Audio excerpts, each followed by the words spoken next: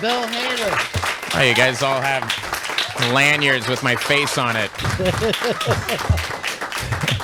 That picture with a little lanyard, that's my little known rap album cover. Yeah, it's not often that you see it. My little known, yeah. These are like church cards, really. I know. It's like so a funeral. Weird. We remember Bill. I know it is. He would have loved this. Everyone gathering. Which picture you think you'd want? The hip-hop album cover. Hi, gang. Hi, guys. How you doing? This is, we're catching you at a very good time of your life because the reviews are amazing. Oh, for Skeleton Twins. Yeah. Oh, thank Skeleton you. Twins. And, you know, it's always great when, even after all these years, that reviewers are shocked that funny people can do drama. I know. It is funny. It is. It's kind of... yeah, I've been having a lot of those where you get on there and they go, so, wow, what happened? You know, when'd you, grow a talent or whatever, you know? And you're like, well, no, it's always been there. Just working on it. Just wanted a chance to have it. But no, it's really nice. But what I realized as a comedian being on Saturday Night Live and stuff, you had to work to get that job in like the little $1 million movie to be in a drama, you know. Sure. And I went to my agent and I said I'd love to do a drama, and he said I pitch you all the time, and people go, the guy from SNL who does the Alan Alda impression, you know. No. And so what I did was he had a great idea, and this is a good thing for anybody, trying to do this, shift things, was he said, go try, I'll try to get you into dramatic table reads for movies, They'll do table reads for films that have no funding yet. They're looking for funding, whatever. And so A.V. Kaufman, this casting director, had me come in to do a table read, and I showed up, and it was Kate Winslet, Bradley Cooper, Greta Gerwig, and Paul Dano, and then me. It was just that panning shot, and then landing on me like, hey. Hi, Bill, I'm playing utility. I just played all these different parts. But afterwards, she said, hey, you did a good job. You did a good job. That was really good. And she was casting this movie and told Craig Johnson, the director, and he said, you mean the guy who does Alan Alda?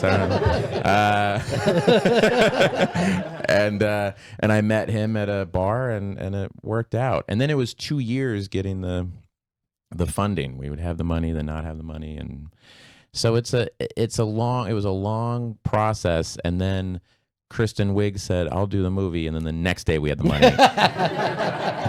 It was like a guy went, Kristen Wiig! And then they literally just start throwing money at him. Like, take it all!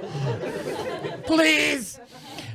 So yeah, it was really great. But it was an interesting lesson, like, to get to this place, so many things have to kind of break right, and you need a company that knows how to put out the movie, and you hope that the director, knows what they're doing, and you hope you know what you're doing, and it is all these things have to kind of work out. So it feels great. Sure. When you see those reviews and you go, oh, yeah, okay, it kind of broke all right. Well, I just love the fact that they almost think doing comedy is incredibly easy. Yeah, it's the hardest thing in the world. And then they, because they basically go, this silly person is talented finally after you do a drama, you know?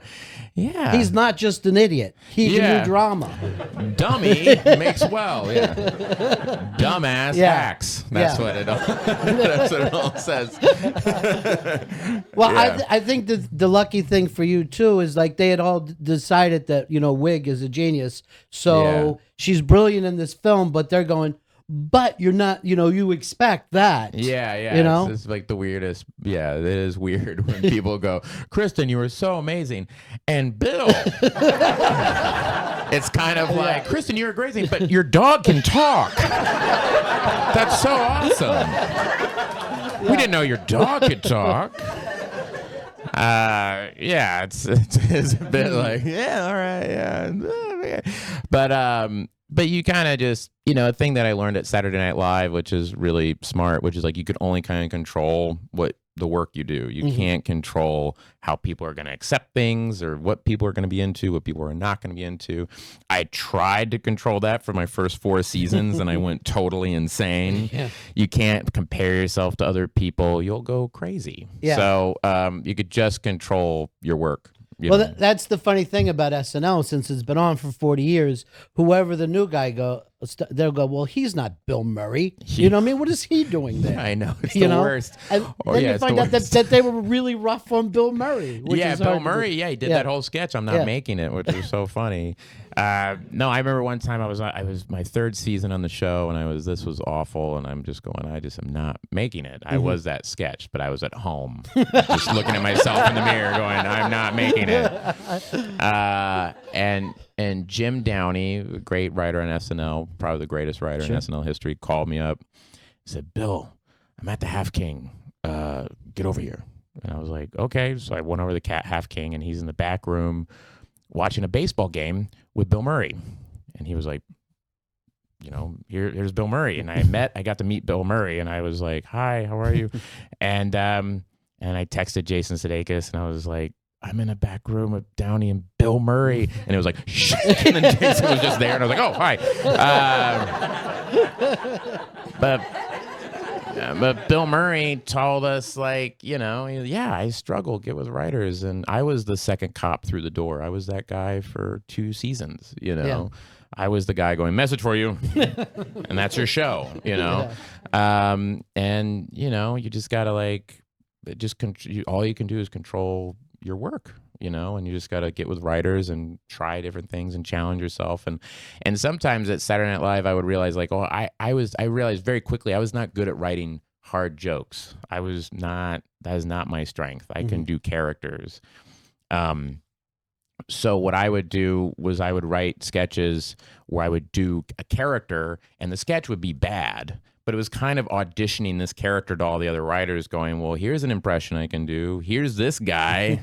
Yeah. What do you guys think? And then that would kind of work. And that's what happened with Vinny Vedecci, the Italian guy, was I did that, and it was a thing that sucked. And then Seth Meyers was like, what if that guy had his own, like, Charlie Rose talk show? And I was like, that sounds great. I would love that. Vinny would love that.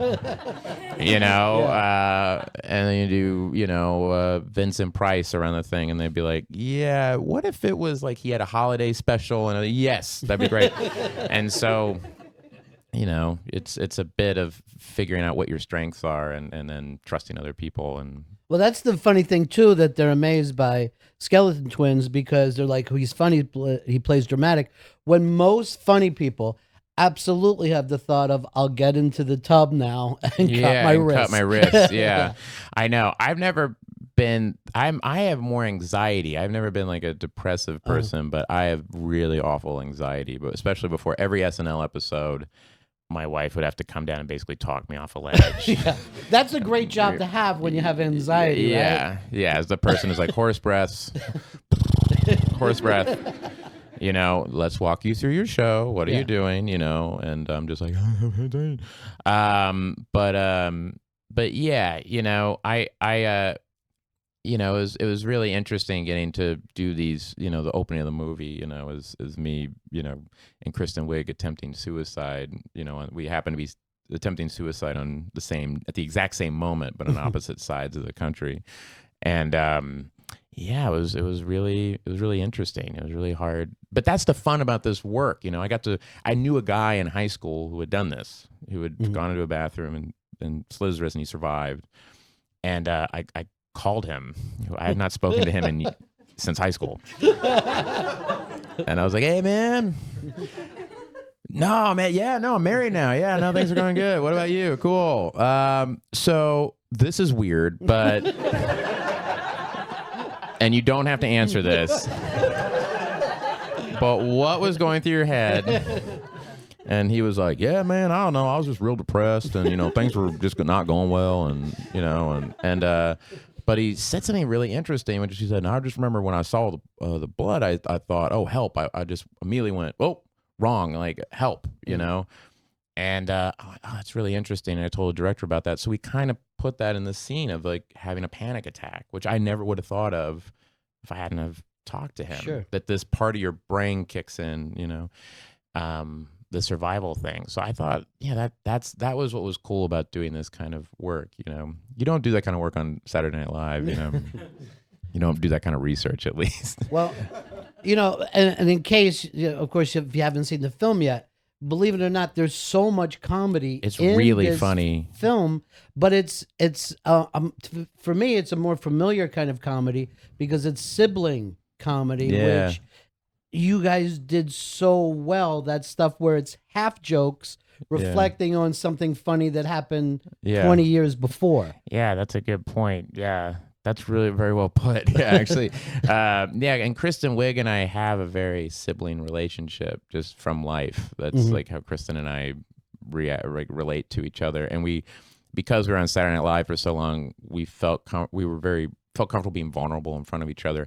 And the big thing was being able to fail in front of each other, which is a really great thing. That's the best thing you can be able to, as a performer, is being, you're gonna fail. Things are gonna go bad, Sure. Everybody. I would watch Steve Martin come and host SNL, and after a monologue going, "Oh, that went bad." Oh no, And that's why he's still good. I work in the South Park room with those guys, and Trey Parker would just, last week's episode didn't work. It just didn't work, and and it hurts. It's like, and I went, "Oh, that's never gonna go away." All right, sure. You got to own that. You got to. Football players fumble, they throw interceptions all the time. It hurts, and then you shake it off. You got to shake it off. And with Wiig, when you're working with someone in this kind of a part where you're having to do really, really dark, kind of delve into some dark territory, that being able to fail on the comedy level helped in that level. Do you know what I mean? Where I felt comfortable going for something, and it might not work, it might work, I don't know. But Kristen, I knew she was sitting there encouraging, going like, I'm not judging you, like, let's try this, and it was really wonderful. Well, there's so much of that humor that I think everybody who's an adult sibling now will relate to, where you can just do that thing where you bring up an old boyfriend of theirs, and that's the joke. That's, know. Just throwing stuff at them just to mess with them, and it's great. And Kristen and I had like things within our lives that we could kind of pull from, to not get at each other, but it was just like you just kind of knew what that equivalent was for the other person, you know. And so we're just looking at each other in our eyes, kind of knowing what we're actually talking about, and that was really fun. But for you, performing is always somewhat of a struggle, even. Yeah, it is. I'm never. People, I think, always assume, they go, "Why don't you get up and try something?" I was working on a movie this summer with Judd Apatow and Amy Schumer, and they were going up at the Comedy Cellar every night, and people go, "You should go up," and I'm like, "Are you nuts? Do you want to see me throw up?" Yeah. I don't. That's not my. If I do something, I'm much more comfortable doing it as a character or something like that.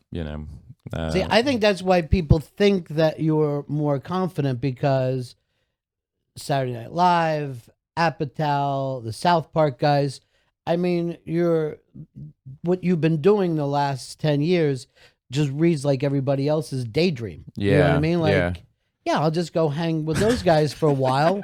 We'll write funny jokes, and then the cartoon comes out next week. Yeah. No, no.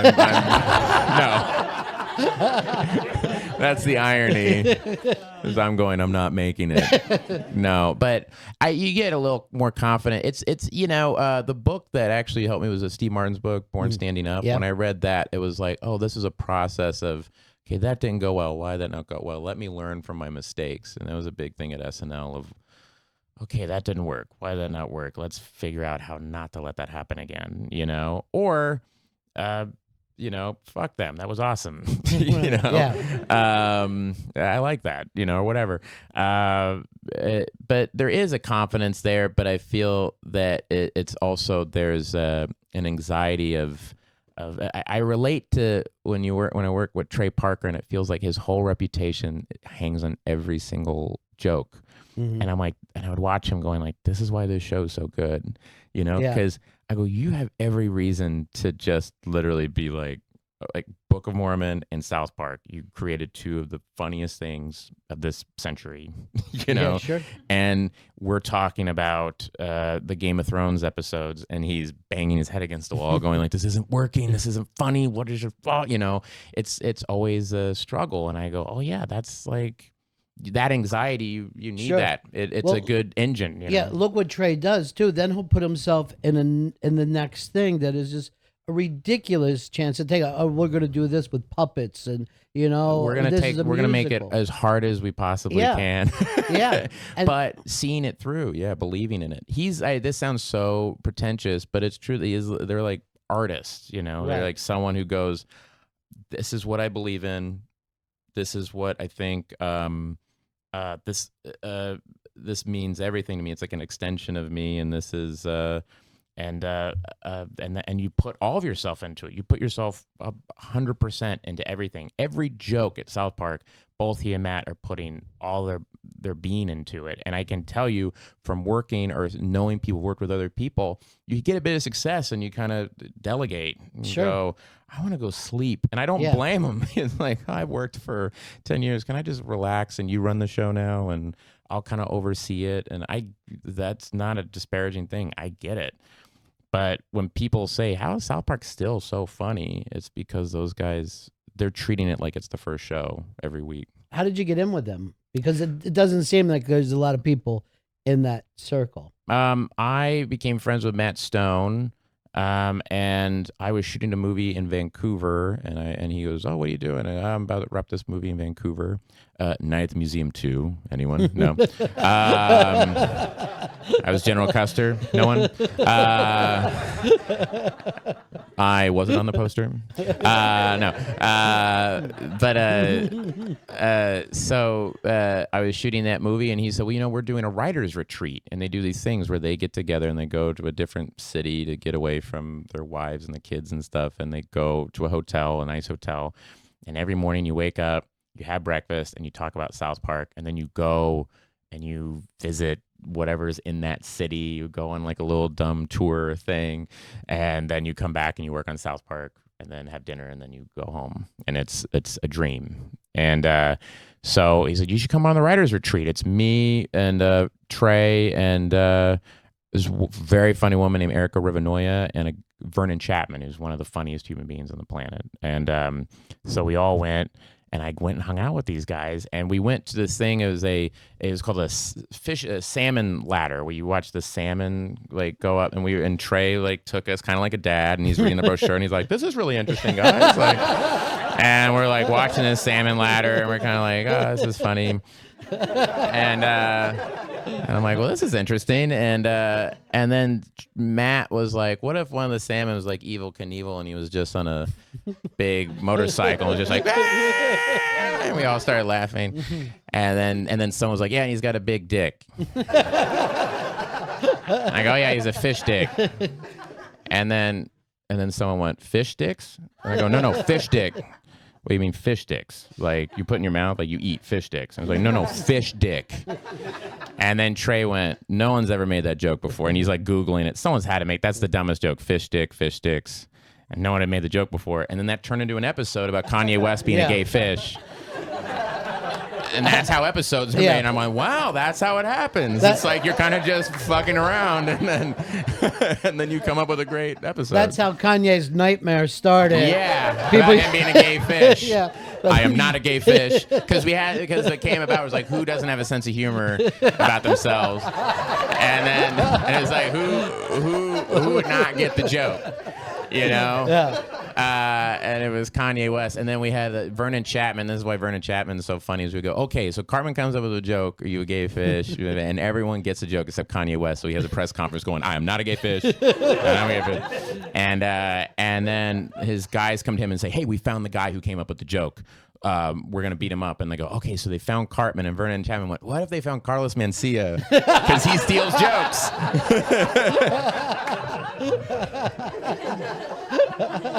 So we did the whole scene with Carlos Mencia, and they're beating him up, and he's like, my dick don't work, man. This is the funniest thing in the world.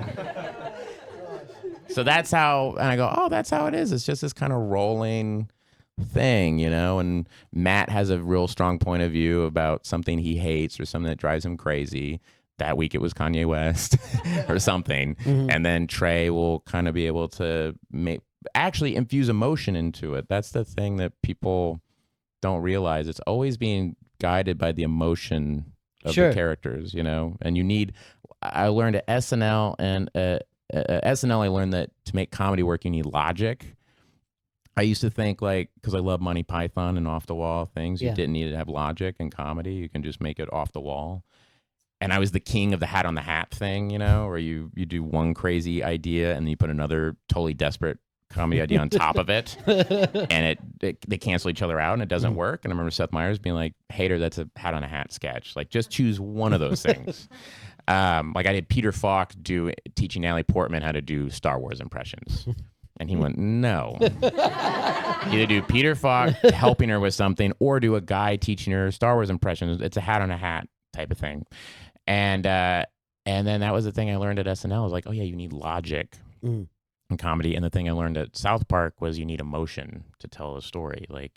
You hear Trey say that constantly, well, what's Cartman's emotion going through this? Even if it is, well, he wants slaves.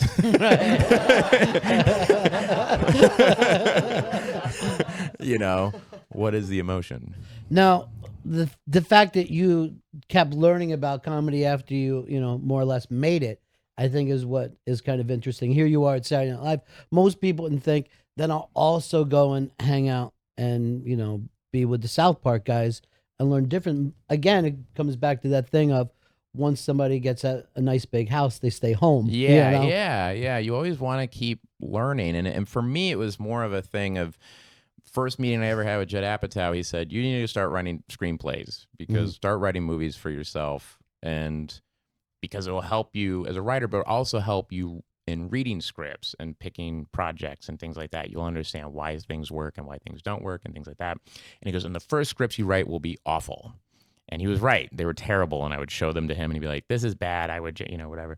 And we would work on it. And so it was a thing that I was just learning about. And so to then hang out with the South Park guys, I'm like, these guys are like the king of structure. They're the kings of storytelling, and comedy storytelling. They can get away with really big, weird jokes. And by the end of it, you feel like this emotional resonance. Like you watch a South Park movie and it's actually very moving. It's very sweet. The whole thing with Saddam Hussein and Satan, is actually very tender. It's like, oh, he's like an abused woman. And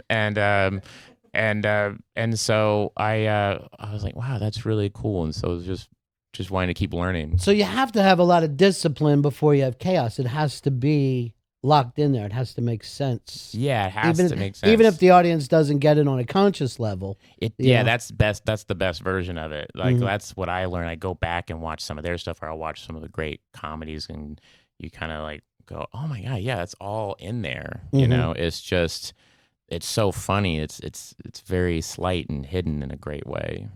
Well, now that you're doing this movie with Amy Schumer, and I think it's exactly the stuff we've been talking about, because she's this funny stand-up, and then they, Comedy Central gives her a show like they'll do with funny stand-ups, and then you turn around and see the people that she's got writing for her and the people performing, and you're like, this show is better than it's even getting credit for. Wait till you see her in this movie, because it's a movie called Trainwreck that she wrote, and she stars in, and Judd Apatow is directing it. And he directed it. We already shot it, and she is, I knew her as a stand-up and from her show, and I was like, oh, she's very funny, and she's playing kind of a version of that kind of her stand-up character, but I didn't realize she's a classically trained actor, and who happened to do stand-up, and she's amazing. She's one of the best actors I've ever worked with. We were just like,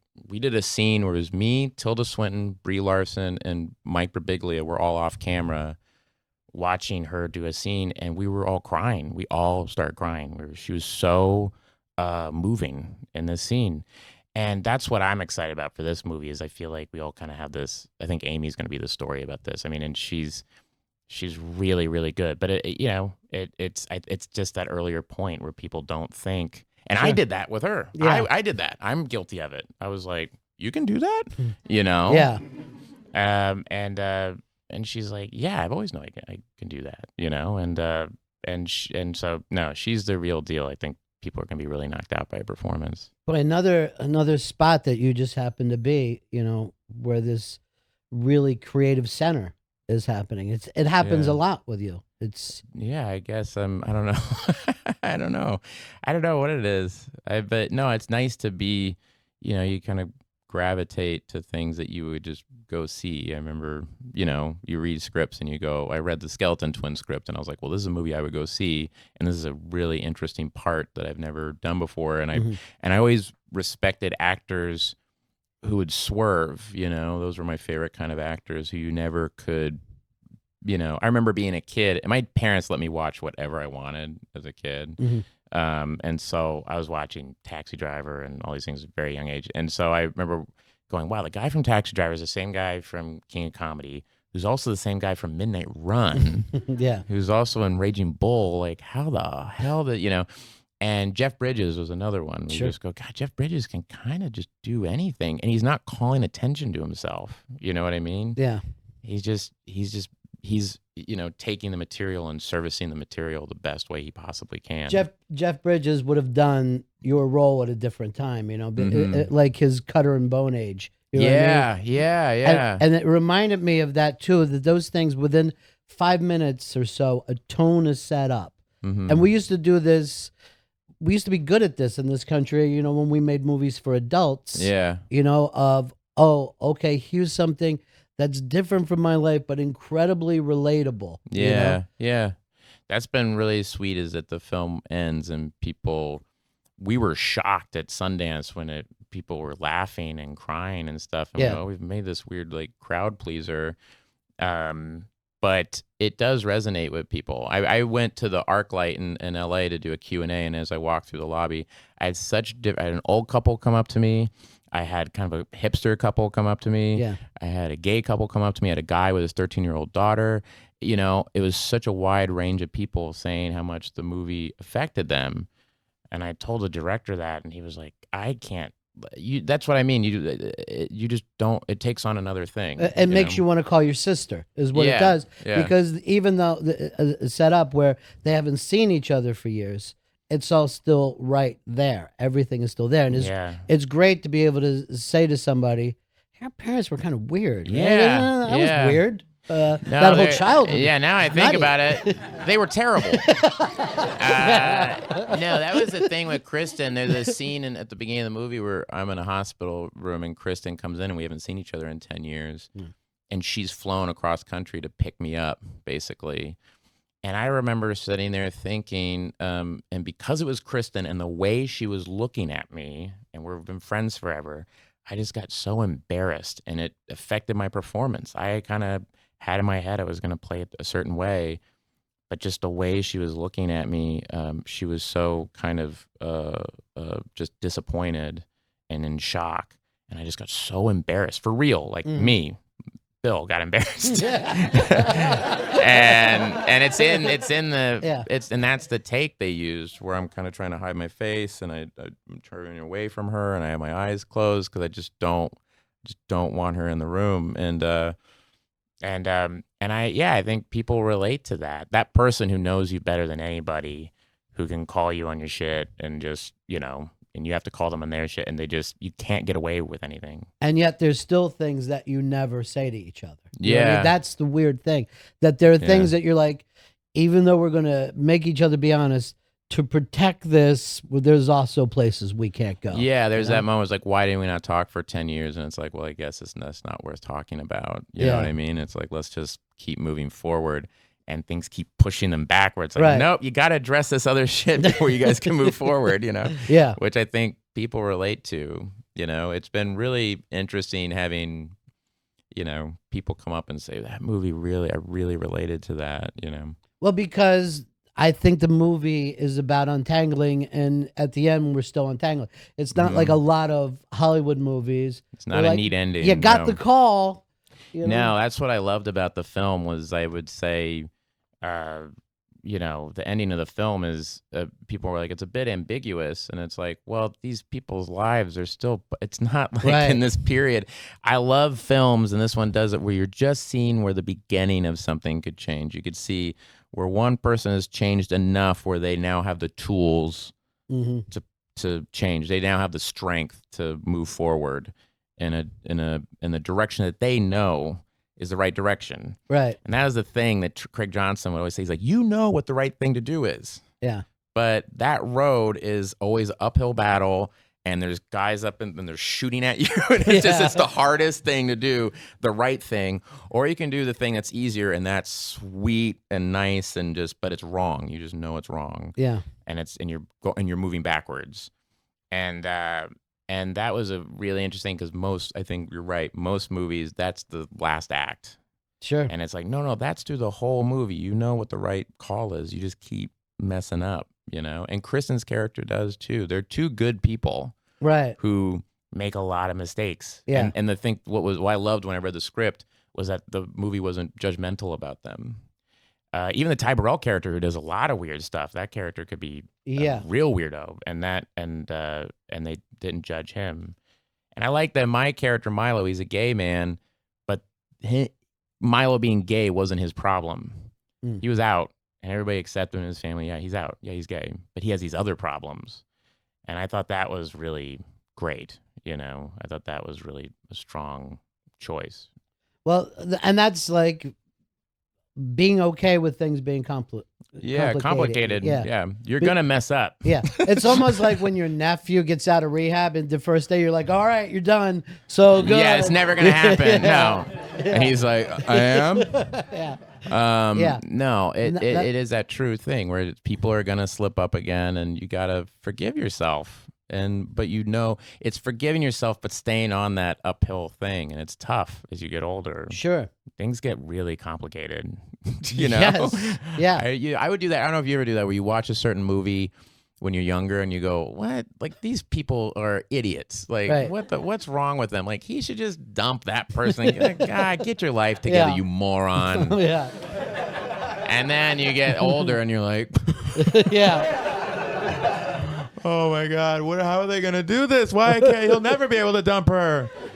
It's all the movies all the novels they gave us in high school. Yeah. We should read now. 100%. I actually said that to some. That's so funny. My wife and I were talking about that. Yeah, you read, I don't know, Great Gatsby now, and you're bawling. Yeah, you're just like, I can relate to it. Or a movie I love is The Last Detail with Jack Nicholson, or another Jack Nicholson movie, Five Easy Pieces. Yeah. But when I saw those movies when I was younger, I didn't relate to him, you know, I didn't see it. But then I was watching Five Easy Pieces the other day when it's revealed that he's a piano prodigy. I got really emotional. I went, oh, why is he working at, oh God, that guy? Because now you know people like that. Sure. And you relate to that emotion. It's a complex emotion. And a lot of movies, they don't want that. Yeah. You know, it's like, that's dangerous because I remember seeing that when I was a kid and just loving that he knocked all the shit off the table. Oh, that's one of the best that's things great. All right, I love that movie. I love it. Yeah, exactly. Oh, you mean the movie where he tells the waitress to go fuck herself? That was sweet. It's like, well, there's a lot more to it, son. No. Tell the waitress to go fuck herself. She's a bitch. I like that. That was awesome. No, I think he's struggling with something. That's not a nice thing to do. You know, or how emotionally closed off the guy in Last Detail is, you know, where he takes Randy Quaid and, you know, and that's it, you know. Yeah. And it's like nothing happened, you know. Yeah, all that, would you think there's growth? No. Oh, God, the ending of that movie really gets me. It really, really sticks with me. Have everybody seen The Last Detail with Jack Nicholson? Unbelievable. I don't want to ruin it for people you who haven't seen it? Get out. No. Get out. Who the hell are you? She has a Russian accent. I'm like, get her out of here. I'm from Brooklyn. She's a spy. No. But no, it's a wonderful, wonderful movie. But it has that complexity to it that it's to get that complexity into a movie now. You shoot it for $1 million in 20 days, and Craig Johnston, the director, and I were talking about this last night. We were like, just the fact that it's playing in a movie theater. We can't believe it's playing in a movie theater. I can't believe it's at the Angelica. We can't believe it. I took a picture. We drove past the Angelica and we saw a poster out front. I went, stop the car. I mean, we can't believe it, because, maybe it'll get on Netflix. Would be so cool if it was on, iTunes or something. And that's not saying anything disparaging about movies that are doing that. There's a lot of great films that's how I see them because they're these little movies, So to have a movie like that where I get to sit with you and talk about it here is really, it's a cool win, that people in Hollywood. I had one guy emailed me and said, "Oh, congrats," because we had the great reviews and the best per screen average. I'm learning about all this. Like, you had the best specialty box office this week, and I'm like, what is that? It's like, well, per screen average, you were the highest of a per screen average, and I was like, oh, that's cool. And a guy, an executive, emailed me. He's like, congratulations on your weekend. That's very encouraging.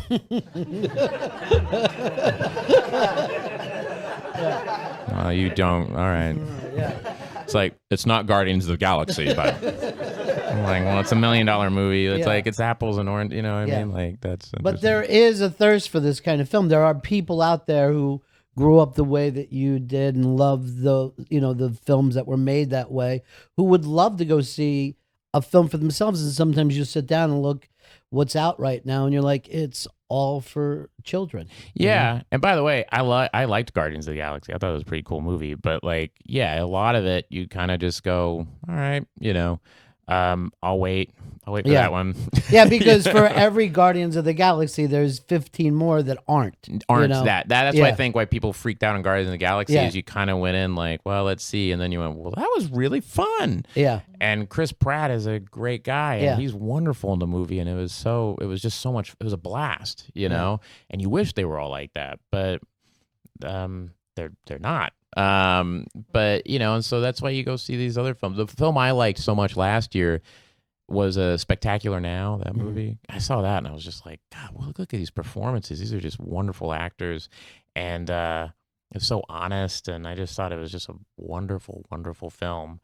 And then the other movie I liked last year was that documentary, The Act of Killing, which was that was unreal. Yeah, I've never seen a movie like that before. It was almost like an alternate universe. I thought I was like tripping. Yeah. I was like, what? I was tripping. Oh, you were tripping. Yeah. So it was weird. Oh, good. If I saw that movie on acid, they would be talking about me on the 11 o'clock news. You remember him from SNL as the club kid Steven. Steven. Yeah. He was found in a ditch outside of Yonkers. No. So, we're talking about the anxiety stuff and heading towards SNL. Right from the beginning, was it a struggle for you? Oh, absolutely, yeah. Auditioning must have been awful. Yeah. Yeah, it was really hard. I couldn't sleep the night before. I couldn't, I can't sit down. I just pace in circles. And then you get the job, and it's excitement, and then, oh God, I gotta go do that. And yeah, I mean, it really is going like, well, what's the fear? It's always kind of just voices in your head saying, well, what if it doesn't go well? And it was good for me to kind of go, well, what is that? Why am I freaking out? Mm-hmm. And it really was this thing of, I'm such a fan of comedy. I'm such a fan of movies. I've watched everything. And so you have in your head, what I do has to be on the level of the best stuff ever. And if it's below it, then I need to go. I'm not good. And so you put a lot of pressure on yourself. And so what I ended up doing, and what helped me with the anxiety, was like, okay, so I'm afraid of messing up, basically. I'm afraid of, because on SNL you get one take and it's on live television and the whole world's watching. and judging. And judging. On Twitter. Going, boring. And so what I would do, and it helped me, was I would, I would just I would purposely mess up or say something different in my first line in the sketch. So if I was a game show host and my line was, good morning, everybody, or like, hello, everybody, and welcome to blah, blah, blah, blah. I would say, hello, ladies and gentlemen, and welcome to blah, blah. Ladies and gentlemen's not on the cards. Mm-hmm. So in my brain, it's like, you fucked up. And then I go, oh, you're still alive. You're still breathing. People are laughing. You're fine. And then I would relax, Mm-hmm. And so every time I would come out on Update, whatever you see my first line being, it's not on the cards. That is for me psychologically to be like, you just screwed it up. It was like a mind trick. Was everyone else aware of that, or are they? No, the cue cards guys would be like, what are you doing? You could see it sometimes with Seth Meyers' face. He'd be like, what are we doing? What's going on? What? Okay. There's a James Carville where I completely come out and I'm like, I got tongue-tied and I'm like, never mind. And we're sitting at home going, oh, that was good. What a choice. Like, wow. What a choice. What a nice choice that idiot made. Yeah. But it's kind of going, well, what's the fear? Where is it coming from? And how can I just like sabotage it in a way? Did you read Jay Moore's book about SNL? And that is like, that book, it just feels like a Stanley Kubrick nightmare. Is SNL just seems so cold and scary? No, it's not like that. I actually showed up at a time, my voice cracked. I actually, sorry about my face. Paper, plastic. I was there, and I came in kind of going, this is going to be, cutthroat, thing. And instead, I came in, I was very lucky. I came in with Kristen Wiig, Andy Samberg, and Jason Sudeikis. They were my cast members. And then the seniors were Amy Poehler and Seth Meyers. And their attitude was, just because this place is competitive doesn't mean we have to be competitive, Mm-hmm. And Amy Poehler would laugh so much at the table reads at the thing you were doing. If she found it funny, she would laugh really hard. And apparently, I don't know if this is true or not, but you would hear back in the day, there would be very political laughter, Mm-hmm. So-and-so would do a thing, so these people are competitive, so that person and their contingent of writers would not laugh at so-and-so's thing. Yeah. And then this person, and then it was like this, because it is competitive.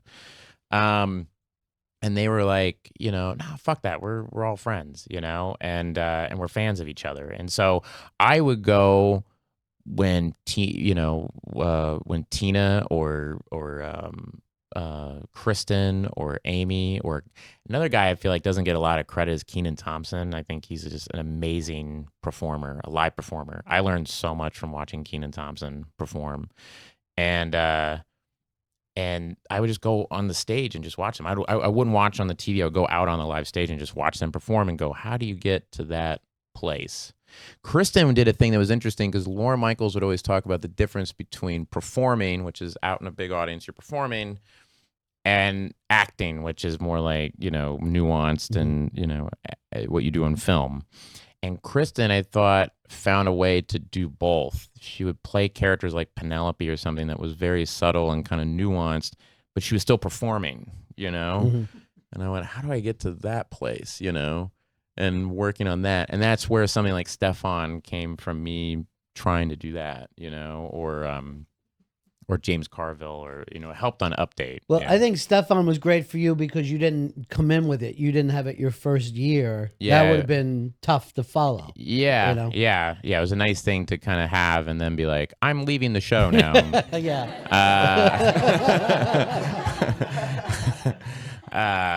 Yeah, that was something that is still so weird. That John Mulaney, who I created that with, or we're still like, that's so weird how much people. John Mulaney, if people listening to this, before, of course it worked. John Mulaney's going to have that career. Yeah. Now that people are just going to find out about him. Yeah, that same thing with John Mulaney is the funny. He has that thing. Like I said earlier, I was never good at writing jokes. Mm-hmm. John Mulaney has that ability to just write jokes that are perfectly structured. The economy, like he just has the brain for that.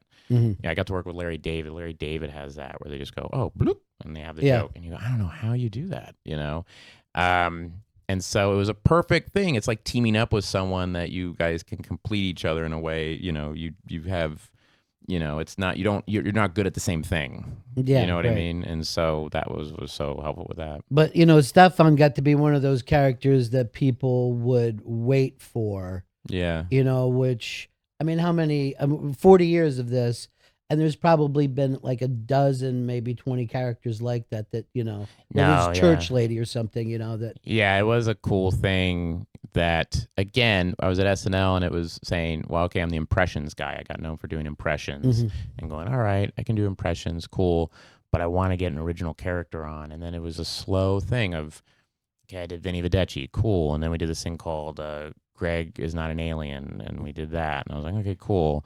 And then it was just trying to build up. And then, like everything, when you try too hard, I find it doesn't work. And then the Stefan thing happened from an email John got, and then I was this coffee guy, this barista in my local coffee shop. And then he read this email to me, and I said, what if the barista guy read that, you know?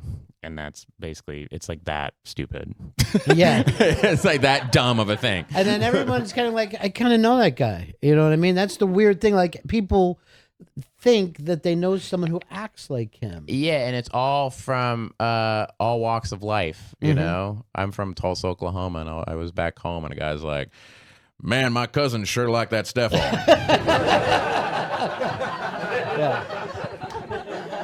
You know, was Tulsa a weird thing for you growing up because you loved movies, you loved stuff that, you know, was thousands of miles away from you? Yeah. It seemed like it was another place. It was another planet, you know? And so I was obsessed with movies, obsessed with those things because it was watching dispatches from another place, really. Yeah. And Except for The Outsiders. Except for The Outsiders. Yeah, that is funny. I did Tropic Thunder. Tom Cruise was like, I understand you're from Tulsa. I go, yeah. And he goes, and I said, yeah. And I go, I actually saw, I remember my dad taking me beyond my dad's shoulders, and they were shooting the Rumble scene for Outsiders. And we were all going up, and they had these big rain towers, and we were trying to see, and my dad's like, they're shooting a movie over there. And Tom Cruise said, I told Tom Cruise's story, and he goes, I was there, you were there, now we're here. It was very sweet. Yeah. You know, it was very sweet. And some people say Scientology doesn't work. No, but that's, but it was very sweet. I didn't take it as a Scientology thing. I just took it like he's a very sweet guy. Like, he was like, good on you, man. Like, he was like, it was very sweet. But yeah, Outsiders and those things. But, you know, you watch movies and then just becoming kind of obsessed with that. And growing up in Tulsa, you know, you either did a lot of drugs and were in a band, or you played football, you know, and I didn't do any of those things. Well, you obsessively watch film. I obsessively watched film, and I would read books, and, you know, and I went to, because I was really tall for my age, and so my dad was like, you want to go to football camp? So I went to football camp. And it was awful. It was, you know, I was like, you guys want to watch Rosemary's Baby? You guys want to watch Aguirre, Wrath of God, and have some biscotti? I brought my mom's cappuccino machine. Do you want to put me in what trunk? But don't you wish we could teach kids that not fitting in is incredibly great? Yeah, if I fit in, I wouldn't be here talking to you. Yeah, you would be in Tulsa. I'd be in Tulsa. Yeah, being like, I used to play football until my back went out. But no, it's yeah, I mean, I don't want to give the impression that I was this lonely, weird outsider. I wasn't that. I mean, I had friends and I, you know, had a lot of fun, but it was I feel like growing up there, the thing that it gave me was I had no choice but to become obsessed with this stuff. You know, I just got so into it. And then you have this horrible realization. You move to LA, and I was naive that I thought everybody loved movies. Right. And you go to Hollywood, and you would have meetings with people, and it's like, oh, they don't love movies. They want to make money, and which is fine. But I thought everyone was obsessed with movies the way I was, you know. And so that was a weird thing. And so it's a nice thing working with people every producer, these people that we've been talking about are all people who love movies. Judd Apatow, but also Roadside Attractions, the guys who put out Skeleton Twins. I met them and all we did was talk about movies. You know what I mean? Scott Rudin, the producer, anytime you hang out with him, all he wants to talk about is plays and movies. They're obsessed with this stuff and they want to make it work. And I go, oh, that's why you guys are really good, Right. So it's trying to work with those people who you can connect with. But yeah, I've had meetings with people before where they're like, it's insane. Yeah. Yeah. We're like, what's Raging Bull? Yeah. Who's that guy? Right. Well, see, the thing is, people always expected, like, if you have a comedy club, it's better off that you know how to run a club than it is to pick comedians. And comedians are always shocked, like, these people pick the worst, but all they're cared about is keeping the business going. How do I keep people in? Yeah, and that's a lot of that. It's a business. It's like, but this thing sucks. And they're like, yeah, I don't know, man. They like it. Exactly. It's kind of like that's the attitude. Yeah. And you're like, oh, well, what about the cool thing, And that's another thing. Trey Parker, said that too. He's like, no, you just do what you like. Like he said, once me and Matt started doing the things that we liked and that we cared about, suddenly things started happening. Yeah. When we would do things that we thought they wanted, it never worked, And that gave me a lot of confidence because I had that same feeling, of going, well, maybe they want me to do, I kind of want to do this, and do a movie like Skeleton Twins and instead of, being in a big, but see, movie star. That's the thing too for the audience is like, you have to think that your purchase matters when you know what I mean? Like you have to say, I want to see the kind of movies that were made in the 70s or early 90s. So I'm just going to go looking for films like that. And there is a business aspect to it. Sure. I mean, I sat back and looked at myself and like, okay, what can I do? Well, I can do voices. And I like animated movies. Right. What do you guys want me to do? Yeah. And I don't want to say that in a way like, it's just a way to make money. I actually legitimately love doing those movies because I watch them all and now I have kids. And so I've seen Frozen so many fucking times. Yeah. And every time I see Josh Gad, I'm like, you must be making so much money right now. Yeah. No, but I like it, The movie Tangled, I get really caught up in that movie. I actually cry when I watch Tangled. I'm like, what's gonna happen? And so that, but that you kind of go, okay, well, I can do that, and that affords me to be able to go do Skeleton Twins, which you make no money on, but you're able to do great, work that you're really proud of and be in a movie that you're really excited about. And you're doing a great job, as we were already discussing, of going out and finding these projects that are worth doing. Have you done it with Skeleton Twins? All you got to do is see the reviews. Silly comedy guy does something good. Yeah. Dog talks. Bill Hader, thank you so much, my friend. This has been a blast. I'll see you next time. Thanks, buddy. Oh, man. Thank you. Same here, man. Thank you. Awesome. Thank you.